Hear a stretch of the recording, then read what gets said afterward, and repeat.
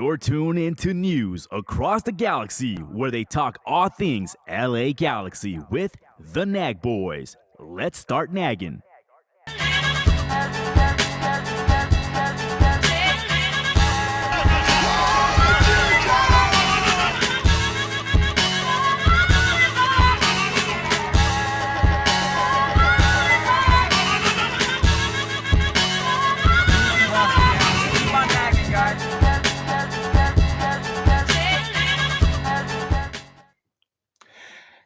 Yo, what is up, fellow G's? And welcome to another playoff episode of News Across the Galaxy's The Midweek Show. I'm your host, Edgar Zuniga. Back once again on the ones and twos, we have Bryant. What's up, Bryant? After a long 23 days of watching and waiting, LA Galaxy will finally be in action once again as they welcome Minnesota United to Dignity Health Sports Park for a Western Conference semifinal matchup against the Loons. You have been warned. The dreaded Loons are invading Los Angeles. In case you're wondering about my nose, I was attacked by a loon earlier today.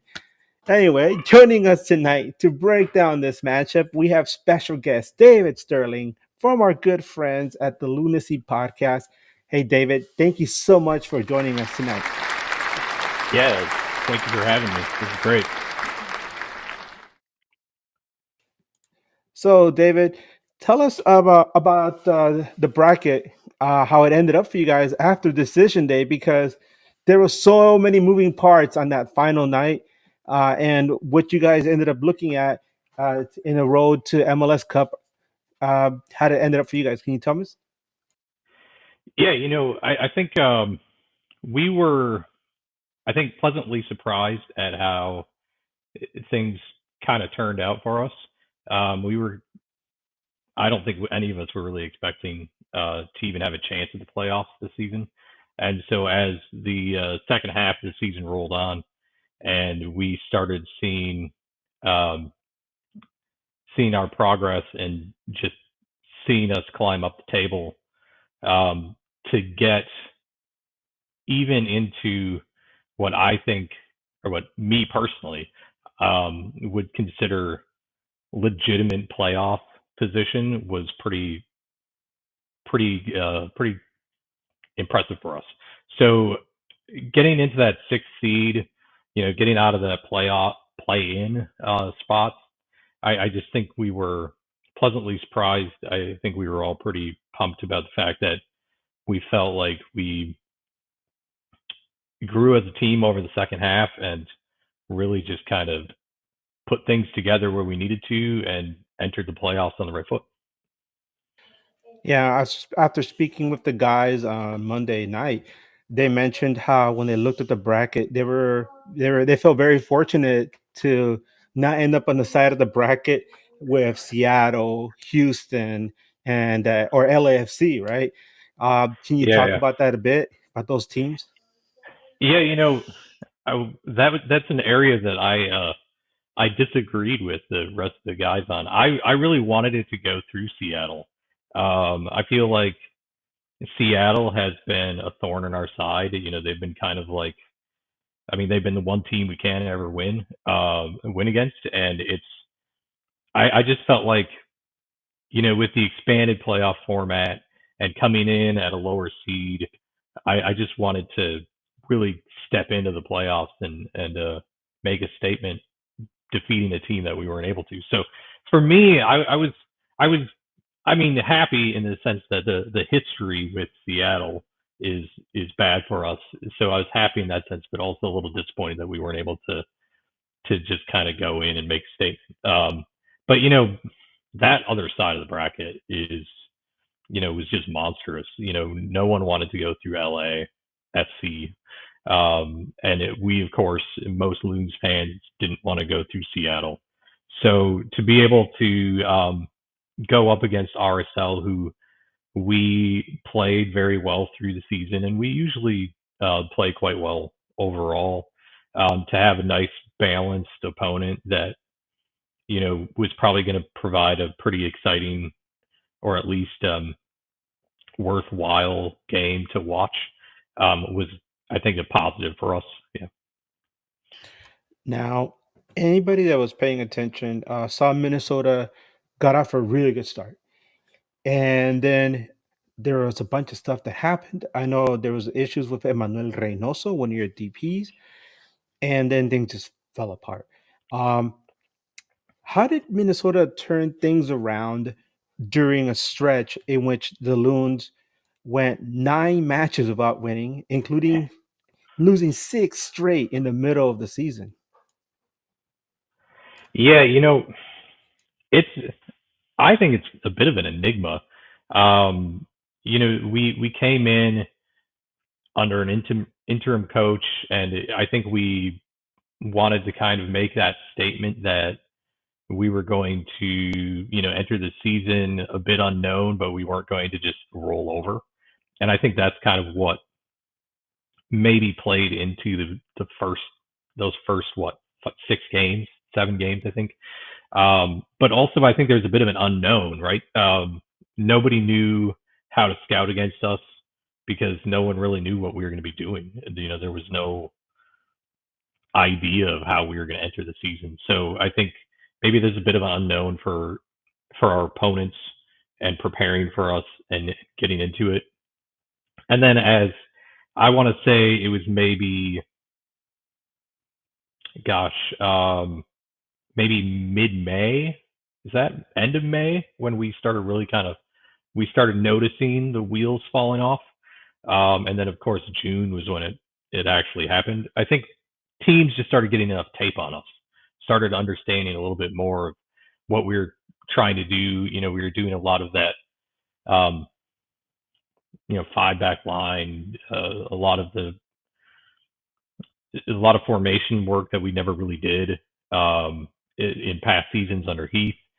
And so I think teams just kind of started getting an understanding of what we were doing. They figured out if they attacked our wings, we were pretty susceptible to allowing some goals in on our flanks, and they just started getting an idea. But I think also with Ramsey coming in, there was still a little bit of nothing against Ramsey, but it's a new coach, no new expectations. No one really knew what to expect, and as far as teammates go, and so just understanding the system and getting acclimated to all that, I think that may have led into some of that as well. Some of that June, July slump, where it's just just getting into the groove of what Ramsey was bringing in and trying to figure things out. And I keep telling people, you got to worry about those loons, man, because it's not just one loon that's going to come after you. It's like a whole bunch of loons. And joining us right now is another loon, Connor Enos. What's up, buddy? What's up, everybody? How's it going? Welcome to the show. I was just telling everybody that my nose, I got attacked by a loon earlier, and that's why I got to wear a bandage on my nose. But welcome to the show, man. Thank you. Thanks for having me. I really appreciate it. Hey, David, how you doing? Good. How are you? I'm doing good. Good. Sorry I'm late, guys. I had to put my kids to bed, but I'm I can relate. Here. Yeah. So, Connor, what are you drinking tonight? What am I drinking? I forgot to grab a beer, but I do. But I grabbed like a bunch. As I said, we recorded our episode on Monday, and I went to a new liquor store in my area that's called the Wine Thief and Ale House down here in Crystal, Minnesota, and they allow you to customize a 6-pack and just of single cans, and they have a whole section dedicated to Minnesota beers. One of the ones I got was from a place called Ven Brewing up in southeast, I think southeast Minneapolis, almost at the St. Paul border. And they're called Ven Brewing, and it's called Chronicopia. And I still have not tried that. I'm gonna try it a little later tonight because I do need a drink after putting 2 kids to bed by myself tonight. But man, Ven Brewing has some good beers, so I'm excited to try that one. So I was just asking David about that rough stretch that Minnesota went through in the middle of the season when you Mm. guys went from like challenging for the top spot in the West to completely falling off a cliff. And but then I noticed on Monday you guys mentioned your summer acquisitions and how that helped turn things around. Can you shed more light on that? Because out here in LA, we're concerned with just the team, rebuilding itself after having gone through such a long stretch. So we weren't really paying attention to what's going on in Minnesota. What were the changes that Minnesota made in the summer that helped get this team to where it is right now? Well, I'm not sure if David mentioned this already yet, but one of the things that happened during the summer is obviously the international window, and Minnesota had the most players out of any MLS team chosen for their international teams. They had 9 called up for international duty, so that as a start really hurt us. We lost a lot of our star players to international duty. But then when we got them back, we did acquire Kelvin Yaboa, who has been just fantastic in the striker position. He's been the striker we've been looking for basically since Christian Ramirez left Yeah. left Minnesota, and then we acquired uh, why am I blanking on his first name now? Pereira. Is it Miguel Pereira? Right. Joaquin Pereira. Joaquin Pereira. Joaquin, yeah. Yep. And he's been a great playmaker on the stat sheet. He hasn't done much. So if you look at his stat sheet, he's not really one to be the one to be highlighted, but I think just his presence in the midfield and his vision on the field has come in real handy for Minnesota.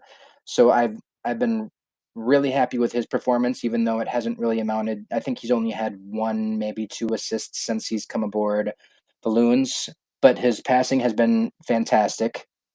And it's those are the two that really stick out to me. And since we've acquired those guys, they've just been fantastic. So, Yeah. what are some of the impact players that LA Galaxy fans should look out for on Sunday? I know you mentioned a few of them on Monday when we spoke. You mentioned Sang Bin, also Tani Oluwayase, right? Did I pronounce his name right? Oluwase, yeah. Hassani Dotson. What are these are names that obviously we're not used to here in LA because some of our focus is always like LAFC, San Jose, right? Houston. Those are the teams that always live in our minds. But when you tell us, should Galaxy fans look out for on Sunday? Yeah, I think Robin Hood, we sing his praises, and he's somebody that I think people are aware of in the league, but at the same time, he can be a very quiet presence on the pitch. He's a workhorse. He will play wherever you need him to play. He will step in wherever you need him to step in, and he is just very calm and collected. He will find that pass. He will take a shot if he has to. He doesn't do that as much as he used to, but he knows how to kind of be a field general. And a lot of the stuff that we see that's successful goes through him. So I would say, an old name, but a good name is Robin Hood. Yeah, I agree. Robin Hood, he's been fantastic this year. I personally think he was robbed of the comeback player of the year to 100%. Lewis Morgan.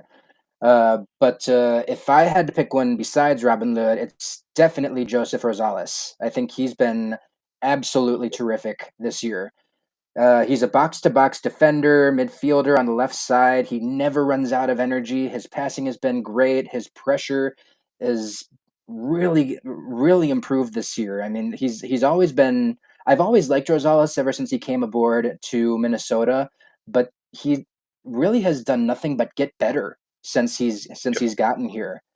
And so I think Rosales is going to be a big one to watch out for because I think anywhere you look on Minnesota's left side of the field, he's just going to be there. He's never gonna. He's relentless, and he's never going to let the ball out of his sight. Agreed. You know.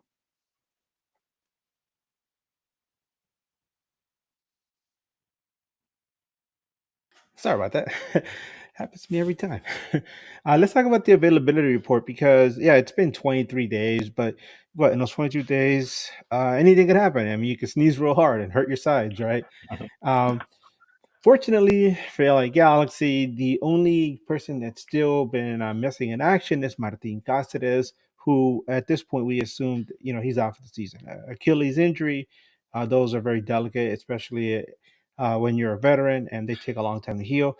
Galaxy fans, we might have seen the last of Martin Cáceres in a Galaxy uniform. What about over there from Minnesota? Anything to report? I don't think there's anybody on our injury report right now. Nope, there's not. Or no. Yeah. Yeah, I mean, then that was, it's something that has definitely plagued us in the past, but now this time I think we're okay. We're not really missing anybody notable, and we do have people coming back from the international window, but they'll be back in time. So I think yeah, you'll be seeing our A squad on the field. Yeah, I think All the only right. thing that we might be concerned about would be rust, right? I mean, those Yeah. few players that didn't have any international duty, they've kind of sat on the training ground for the last 2 weeks. But, beyond that, we should be in good shape. Yeah, let's talk about that. Just brief. How do you guys feel about this really long break? Because for LA Galaxy, it's going to be 23 days since they last played a match. Uh, from your perspective, how do you feel about this long break? You think it's going to hurt the teams, or is it going to help some of the players that maybe have had nagging injuries heal?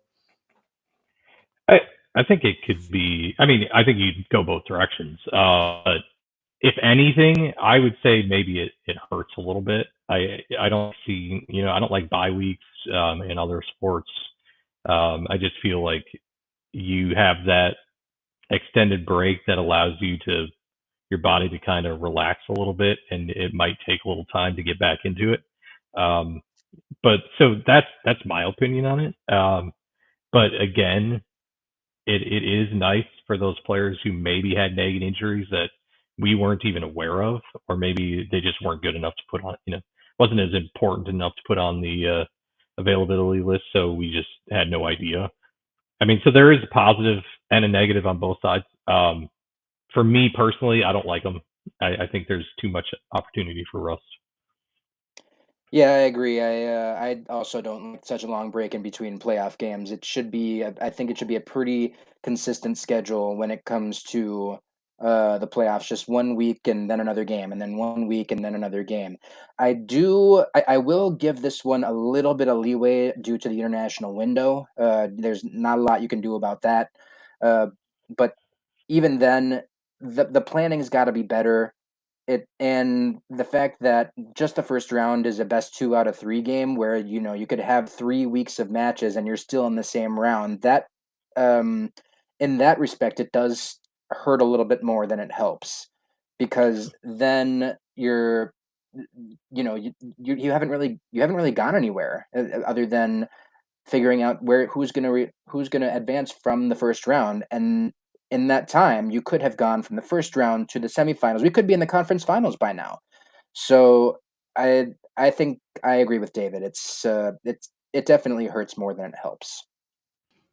There is one thing that I have not heard anybody mention in any of the podcasts that I listen to, at least, and that is the fact that we are where we are now because of the league's cup, because of the league's cup break. How you throw this tournament nobody asked for in the middle of the season, and everything gets pushed around, right? There's that gap in the middle of the season for the teams that only participated in one or two matches. I mean, in the two matches, right? The two prerequisite matches, um, and and look at us now, right? I know it's getting colder in some markets. I know that up in the Pacific Northwest, it just got hit by that massive storm, and I'm sure it's not getting any warmer up in Minnesota. If let's say Minnesota goes on to host MLS Cup against Atlanta United, right? What's that gonna be like, right? Early December, right? No, Early yeah, December weather. snowy. It snowed today, as a matter of fact. We had Yeah. like a slight coating today up in Minnesota, and it's still falling right now. Um,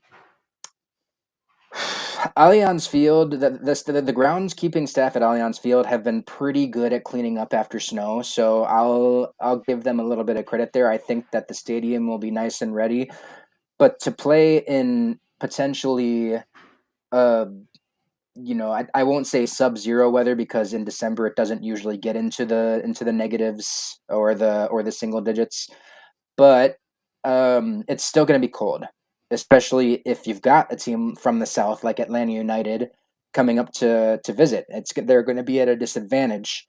Well, hopefully at least. Yeah. But when you think about soccer in the winter in Minnesota, you always go back to that World Cup qualifying match that happened a couple years ago here at Allianz Field when it was February and it was -2 and beers were freezing in fans' hands and I think it was three Honduran players had to get treatment for hypothermia that night. And so it's at least it's not February, so I don't think it's going to be as cold as then, but it's a little bit dangerous in my opinion, I think. Yeah, no, definitely. And just so you guys know, we did get a weather update over here. There's a good chance it might rain on Sunday evening or Sunday afternoon here in LA. I know it's definitely going to rain on Saturday. So um, that begs the question: that kind of weather, does it benefit the Loons? I know in the past when LA Galaxy has played playoff matches in the rain, they've actually gone on to do well in the playoffs. I don't know if that's a very interesting thing to mention, but do you think the Loons would benefit from the cooler weather, the rain? That is a good I mean, question. I suppose. Yeah, it's a good question. That's an interesting split that I'd love to see stats on. I mean, maybe I guess they're accustomed to a little bit cooler weather. I mean, Connor, you're up in Minnesota. I'm not. But they've been training in at least slightly cooler weather, right? Or has it still been really warm up there? No, it's been constantly 40s, 50s up here, I Yeah. would Okay. say. Well, guys, let's. I'm gonna take you guys on a quick trip. We're gonna talk about Minnesota United's season and you guys's playoff history a little bit.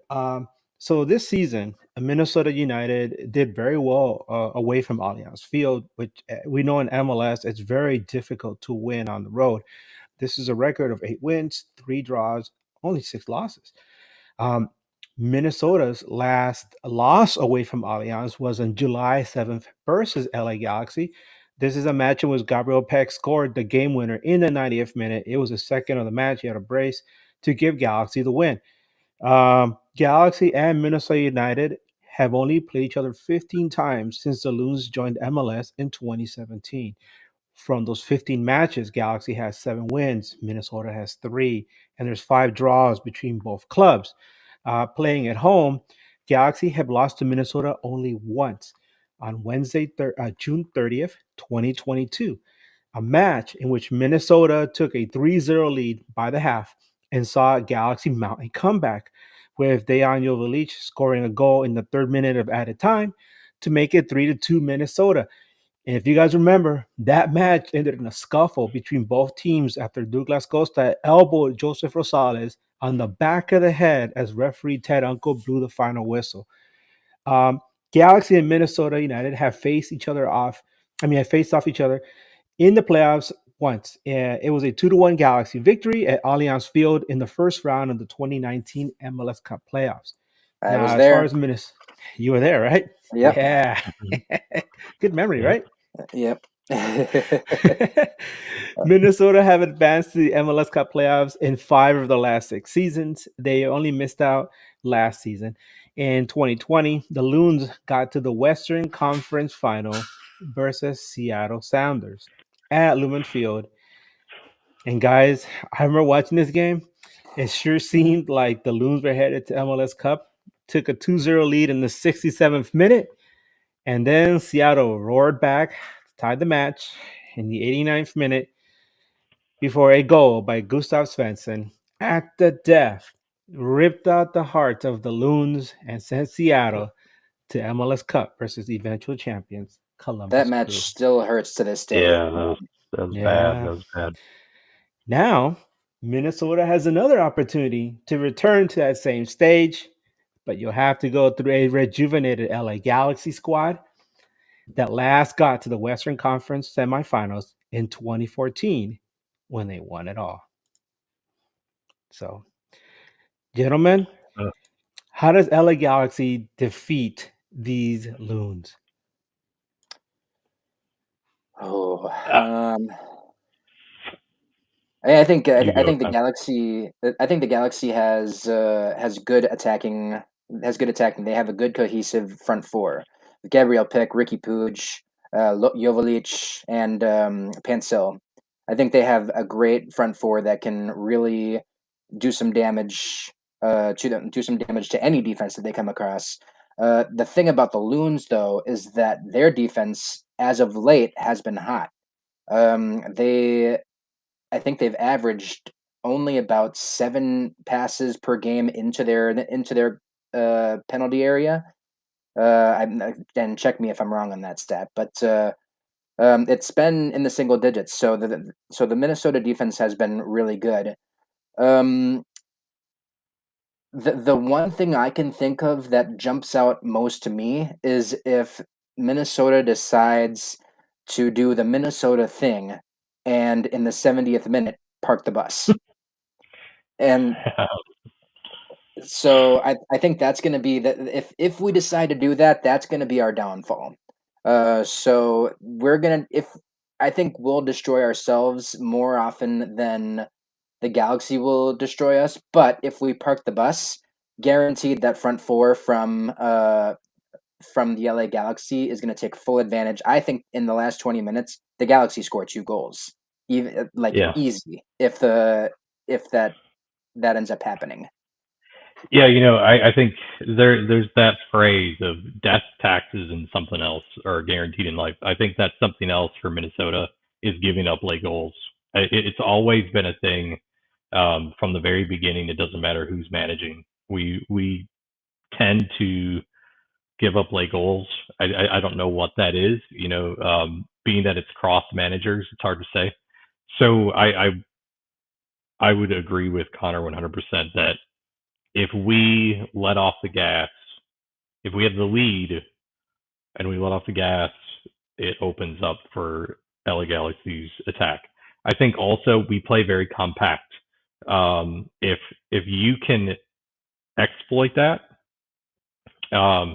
it's a win in my opinion. That it's a double-edged sword to be as compact, to play as compact as we do, and it's really nice for clogging up the midfield and making teams find a way around your back line, and then having to manage that defensive mid as well.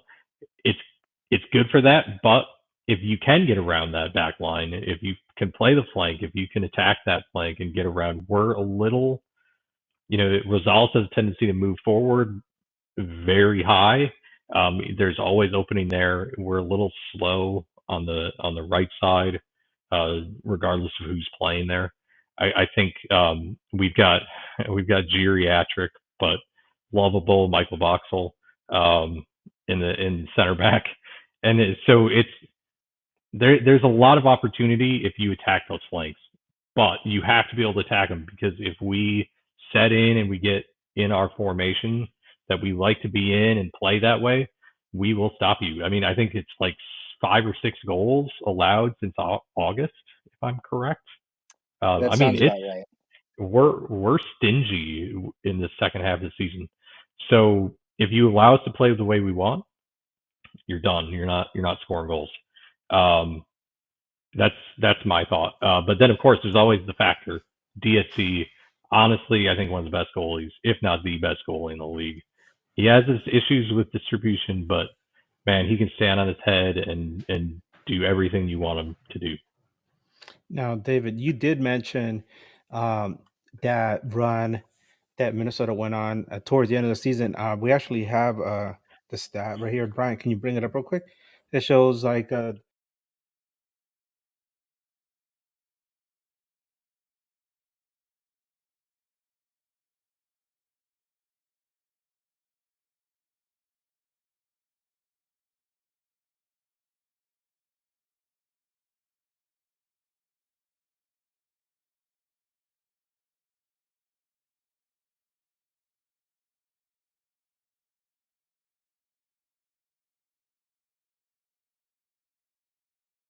So, um, before we move on to the next topic, I just wanted to ask you guys also, because it's something that came up on Monday. Galaxy has shown to be pretty susceptible to set pieces. You guys mentioned that Minnesota is pretty good at set pieces. Can you elaborate? Yeah, I mean, I think that especially when it comes to corners, as a matter of fact, we've been pretty good when attacking the goal. We have some tall center backs that can really attack the ball in the air, and then when it comes to free kicks, it's I think we've got a great delivery man in Joaquin Pereira. He's still new, so he's still kind of figuring out the whole system, but he's been great so far. Um, I mean, he's they've been. I mean, they've just been really good at attacking the net, and David, jump in here. I just think that I'll leave it to you, David. I think Yeah, that's all I can say about it. I would echo everything you said. I think the big thing with us is that there's not a single player on this squad that won't take the shot if they have the opportunity. And I trust. I think honestly I trust almost all of them to put it on frame. If they have an open opportunity, they will get it on frame, and it's a big deal. I mean, like I said, Michael Boxall might be old, but man, he knows how to get in there, muscle people off the ball, get into players' heads, disrupt on corners, especially. I mean, it's just that's something that we were never very good at until recently, and I don't know what the magic pill was, but we've just done it. Our players aren't afraid of taking that shot, aren't afraid of getting in there, getting bodies in there, and getting the ball, making contact, getting it on frame. So yeah, I mean, if Galaxy has had an issue with that, I could see that being a point of Minnesota being in the positive there. I will add at the end actually that and this just occurred to me. Eric Ramsey, before he came aboard to Minnesota, back in when he worked abroad with Manchester United, Chelsea, the Welsh national team, his specialty was set pieces, and so that I think that could be a big reason for how we've gotten so much better at just executing on those. So hats off to Eric Ramsey for good point. Yeah. Yeah, and I just want to reiterate what I was saying when we had that table up, because we got a message on the chat saying that there was no audio when the image went up. So I'm just going to repeat it. I was mentioning how the Minnesota defense was really stingy, especially down the final stretch of the season, and how their last loss away from Allianz Field was versus LA Galaxy. It was a 2-1 Galaxy victory. So set pieces is something Galaxy will definitely have to look at. And you guys mentioned Dane St. Clair. I know that. Oh my goodness, Galaxy has struggled on penalty kicks, and if this match is stalemate and it's heading into like not injury time, I'm sorry, but added time, right? Because I think we're gonna do the 2 extra 15 minutes, right? Of added time. I believe so. Yeah. Yes. Yeah. And if time is running out and the match is still tied, I know a lot of Galaxy fans are going to start clutching some pearls, because my goodness, the Galaxy is not that good on penalties. But let's change topics for a bit, and let's talk about the referee for this match, because a lot of Galaxy fans they're gonna shake their heads a little bit. All right. So here you go. The pro referee assignments for the Western Conference semifinal match between Galaxy and Minnesota United have been unveiled. The referee is going to be Rosendo Mendoza. Mendoza has been in MLS since 2019. He's refereed 86 regular season matches, 2 MLS Cup playoff matches, none with either Galaxy or Minnesota. The 5 matches he's done with LA Galaxy yielded 3 wins, 1 draw, and 1 loss, including a spotless record of 2 wins, no draws, and no losses at home. He has done 8 total matches with Minnesota United for 3 wins, 2 draws, and 3 losses, including a record of 1 win, no draws, and 3 losses away. All right, this is where Galaxy fans, cover your ears. Mendoza's last LA Galaxy match was the 2-1 decision day loss at Houston on October 20th, earlier this year, in which he gave out 2 yellow cards to Houston, 1 to LA Galaxy. His last Minnesota United match was a 2-0 loss at Seattle on June 16th, also this year, where he gave out 2 yellows and 1 straight red to Minnesota United. In 2024, he averaged 4.17 yellows per game, handing out 5 yellow cards. The last time Galaxy won a game with Mendoza in charge was a 4-3 win versus San Jose Earthquakes at Dignity Health Sports Park on April 21st. Minnesota United's last win with Mendoza, well, you got to go back to a 2-1 victory versus Houston Dynamo on October 27th, 2024. And in case anybody's wondering, he has refereed a match between Galaxy and Minnesota. It was a Galaxy 4-3 victory on September 20th, 2023. So keeping all that in mind, guys, as we head into our match predictions. So David, Connor, I'll let you guys go first since you're our guests. David, take it. Oh man, I am a natural pessimist, but I feel really good about this Minnesota team. As I mentioned at the outset, we were really down on them at the beginning of the season, not knowing where we were going, not knowing what was going to happen. I think our, Eric Ramsey has been a phenomenal addition at manager. Yabo and Pereira have been great additions. Rosales has grown into his role. This team has been playing lights out defense. I don't want to be a homer. I don't. But I feel good about this. I think 2-1 Minnesota. Connor? Well, Edgar, we did predictions on Monday when you came online with Loonacy Podcast, and I think I'm going to stick with that one. I predicted a 1-1 draw after extra time, and it's going to go to penalties. And you might remember I was a little bit hesitant to pick a winner after penalties because it could literally go either way. When it comes to penalties, the Earthquakes could beat LAFC. It's just anything could happen. It's going to go to penalties. I think the Loons are going to come on top. I just think that Dan St. Clair is the better keeper, and Minnesota have such a good record when it comes to penalties. So 1-1 draw, goes to penalties, Minnesota wins. Now, there you go. Before the playoffs started, I remember I messaged Loonacy Podcast, and I had mentioned, and we'll get to the super chat right now, but I had mentioned that nobody noticed Minnesota's hot streak there.